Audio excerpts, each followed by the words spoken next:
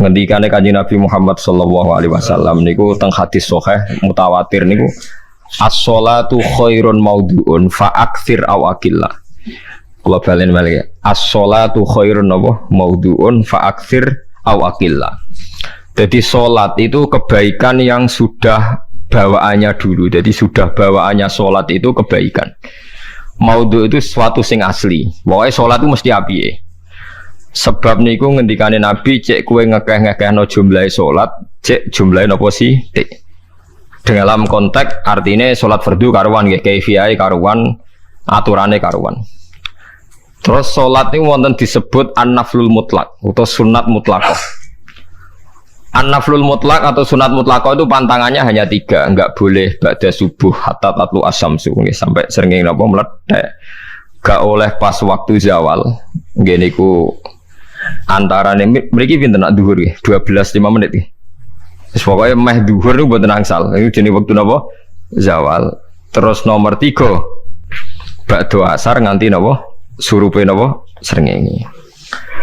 Larangan 3 salat ini bisa dibatalkan kalau ada sebab yang mukorin. Misalnya bar ngasar kok ana wong mati.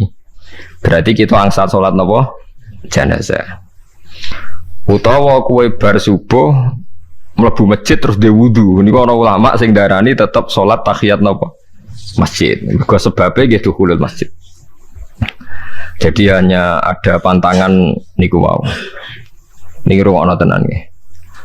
Nah terus yang menjadi kontroversi mulai zaman ulama ngantos samangke itu kaifiyah kados traweh. Wis ora usah tersinggung niki ilmu. Teng riwayat-riwayat Bukhari Muslim, Nabi nu nak witir itu 9 rakaat. Lam yakut min hunna fi akhirihinna illa wahidan. Di Nabi nate sholat witir itu 9 rakaat enggak duduk sama sekali, mau terakhir duduk pas ke-9 terus salam. Nah, sebagian riwayat Nabi memotong sholat itu sholatul laili masna berarti 2 8 terus 1 witir. Ini rungono tenan. Sehingga ketika ada sholat traweh yang 4 rakaat tanpa tasyahud, sebetulnya secara fikih pasti kita sepakat sah. Karena kalau 4 rakaat tanpa tasyahud pertama, kenapa kita katakan sah? Karena Nabi malah pinten songo luwih seru to. Mboten iki karena menjadi kontroversi. Nah, dan tidak satu pun ulama di dunia yang mengatakan tasyahud awal itu wajib. Sampean yakin tasyahud awal wajib atau sunat? Sunat.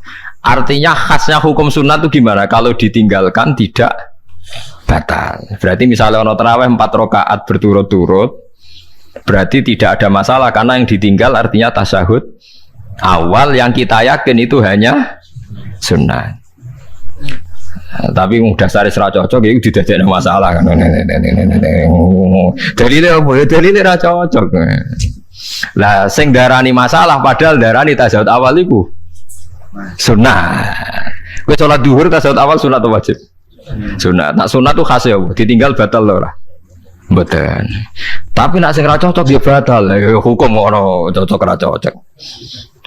Mboten iki kula terangno. Nah, traweh itu yang kontroversi ini teng kitab Majmu' karangan Imam Nawawi. Ya akal-akalane tiang-tiang niku. Kula nganti sakniki kan mboten nate ngimami, tapi nggih tak kandhani imam.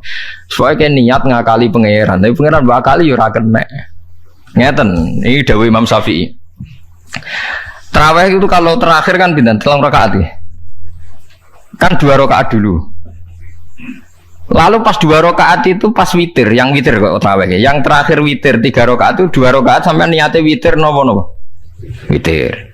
Setelah 2 rakaat sampean salam ndak? Salam. Itu menjadi sholat teraneh di dunia.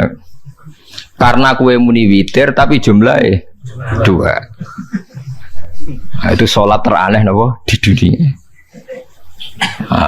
Terus sampean muni ngene, mboten Gus maksud kula niku 3 tapi lurus sih. Berarti kayak kudu nerangno pangeran, kudu kamu pangeran kayak penjelasan. Gusti ini 2 sementara loh, nanti ada. Karena jika Tuhan tidak kamu kasih penjelasan, akan aneh kan disebut witir, Tapi rokaatnya 2. Maka kamu harus niatnya, Gusti ini cicilan witir. Nah, sehingga jangan kira engkau 2, tapi ini nanti 3. Nah, itu makanya setiap bilalnya atau matinya kan solu sunnatan rakaataini minal witri. Jadi diumumkan sholatlah 2 rakaat, tapi yang satu paket dengan cicilan witir. Lah itu lucu kan? Karena Anda sekali bilang itu witir, berarti Anda bohong kan? Nyatanya 2 rakaat. Tapi kritiknya Imam Syafi'i ini kan lucu. Imam Syafi'i yang imam kita tuh mengkritik itu sholat aneh kalau begitu. Sholat tuh kalau sudah salam itu dianggap sholat mustaqillah, sholat yang mandiri. Nggak bisa sholat kok bertakluk dengan sholat setelahnya. Sholat itu kalau sudah dimulai takbir, diakhiri salam ya selesai dan menjadi sholat yang mandiri. Nggak bisa sholat yang mandiri nih. Engkau nasibku ngenteni yang satu itu iso sholat nggak selesai yo. Selesai. Sebab itu seharusnya witir agak resiko ya 2 rakaat langsung tasahud awal, engkau terus tambah 1 rakaat. Kados mirip maghrib lah, mirip apa? Maghrib. Tapi itu kan masalahnya tidak populer juga. Nah itu. Akhirnya diakali wa shollu sunatan minal witri nggih. Temriki ono minal witri kan? Itu kalau diterjemahkan salatlah kalian paket witir tapi ganjil paket witir tapi gendep sih, tapi ini sementara Gusti, tapi kan kita sih bingung. Itu cara pangeran dia bingung tenan ngadepi. Nah, makanya itu nak cara kula ya ora usah dijerok-jerokno, pokoke ngono iku. Ya, jadi barang keliru kadang yo muga-muga sepuro pangeran ya ora usah ngono iku. Jadi nak salat ya nak cara Sayyidina Utsman itu memang beliau bilang 2 rakaat itu berdiri sendiri. Karena sholat itu setiap 2 rakaat selesai. Setelah salam itu selesai. Nanti yang witir ya 1 itu. Makanya 2 itu rasa ono witir-witiran cara Sayyidina Utsman. Muga Nabi dawuh wa autir bi wahidatin. Kemudian sholat-sholat Anda yang 2-2 itu ditutup witir. Berarti ya yang sholat kedua ya sholli sunatan ya biasa saja nafal mutlak. Enggak usah nyinggung-nyinggung loh. Witir. Oke. Loh ini penting sekali karena nyatanya ada witir kan? Nyatanya tidak nopo witir. Lah nanti yang 1 terakhir witir. Ya tapi adatnya ngoten niku. Jadi ini perlu sampean ketahui, sholat itu memang banyak masalah di secara fikihnya. Karena tadi kalau sampean niat witir, setiap sudah salam itu kan berarti selesai dan berdiri sendiri.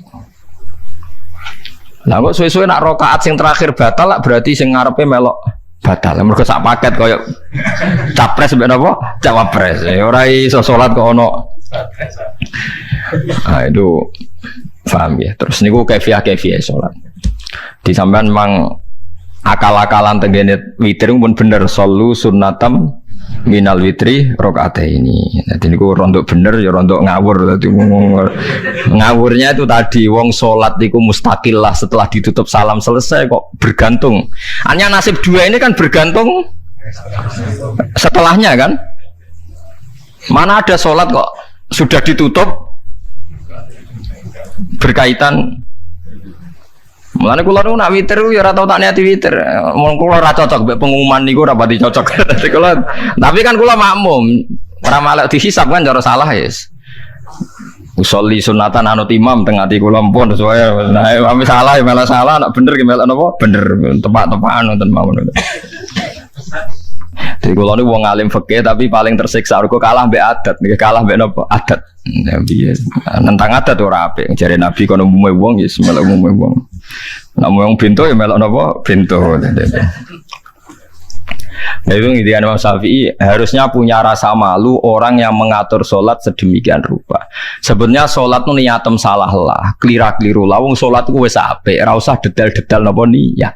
Mulane jare Imam Syafi'i kowe mlebu masjid niat duha ya untuk tahiyat masjid, niat tahiyat masjid nek waktu duha ya untuk duha. Karena wis barang apik, piye-piye tetep apik. Ngono dadi ora usah ribet-ribet niat ngono bae wong barang apik.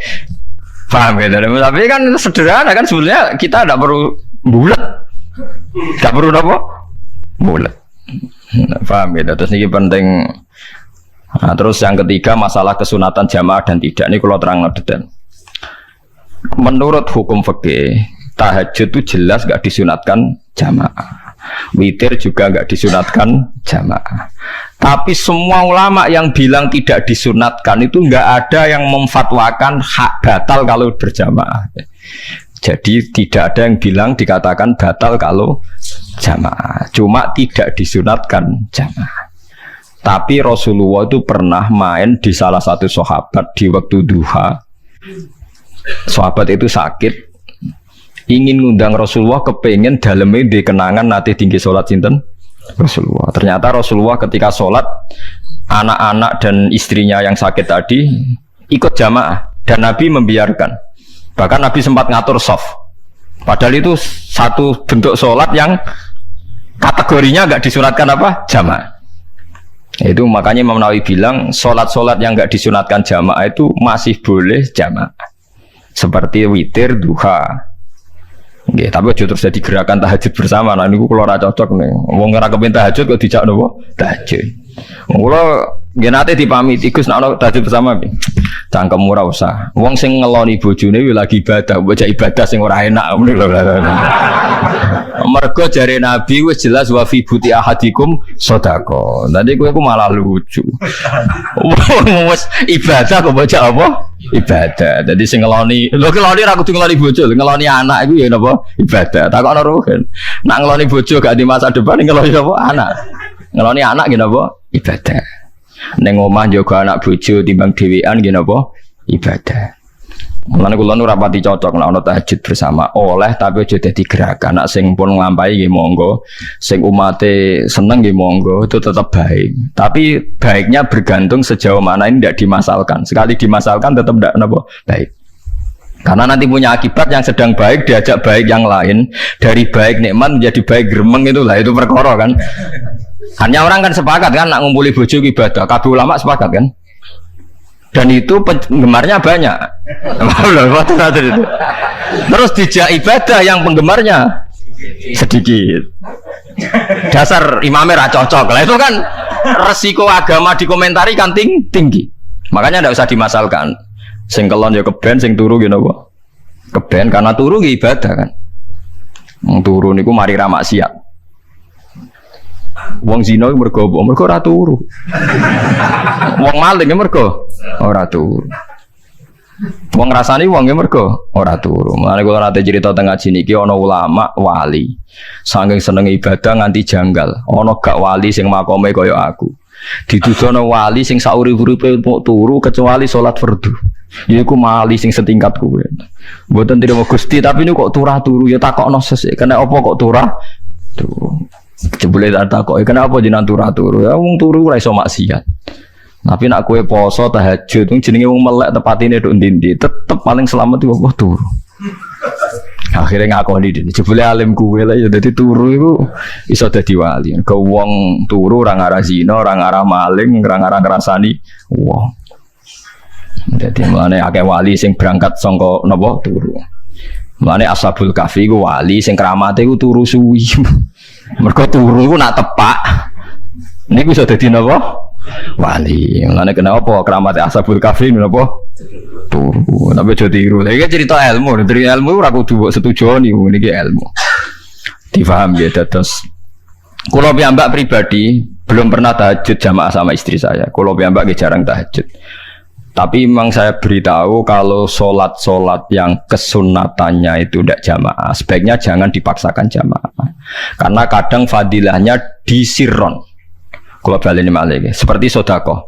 Kalau zakat wajib itu sebaiknya diumumkan supaya orang tahu bahwa dia sudah melakukan kewajiban. Tapi kalau zakat tidak wajib sebaiknya sirron, sebaiknya rahasia. Begitu guys sholat jamaah itu kenapa baik di sholat fardu? Karena kalau yang tidak jamaah kan dikira dia tidak sholat. Makanya kesunatannya sholat fardu namun jamaah. Tapi selalu potensi riya, sum'ah, pamer itu ada sehingga ada sholat yang dari awal didesain supaya tidak kelihatan orang. Yaitu sholat nggak usah berjamaah. Plus baik di rumah. Semua ulama ijma sholat sunat itu baik di rumah apa di masjid? Di rumah. Di rumah, di dalam kamar sama di kamar tamu, ruang tamu baik di dalam kamar. Bahkan Nabi nyebut sholat fiko ibaitiha di kamar paling dalam. Lah bagaimana mungkin sholat yang sudah didesain siron begini, misalnya kayak tahajud, disunatno bengi-bengi ben ra wong roh, disunatno ning jero kamar ben wong ra roh. Jebule jamaah kan jadi aneh kan. Tapi kan tentang ya goblok barang apa kok mbok tentang. Ya tapi kowe tenanan ya goblok kok ora sunah Nabi iki, Pak. Mulane nek ora takok itu yang jenengan takoki kok mbang-mbang. Lah makane aku wong alim dadi bingung. Bingungnya iku mergo akeh ilmune ora kok koyo bingungem. Tapi sing jelas peminat ibadah kelon itu lebih banyak. Ini mau sing mesti ini. Karena Anda harus sepakat kan kelon itu apa? Ibadah. Kita sepakat kan. Dan itu peminatnya banyak. Itu sekali ada pengganggu pasti dikomentari tidak baik. Padahal pengganggu nih ngajak tahajud. Itu akhirnya kan tahajud jadi korban dikomentari gara-gara penggang. Nah itu yang saya tidak senang. Dieling-eling.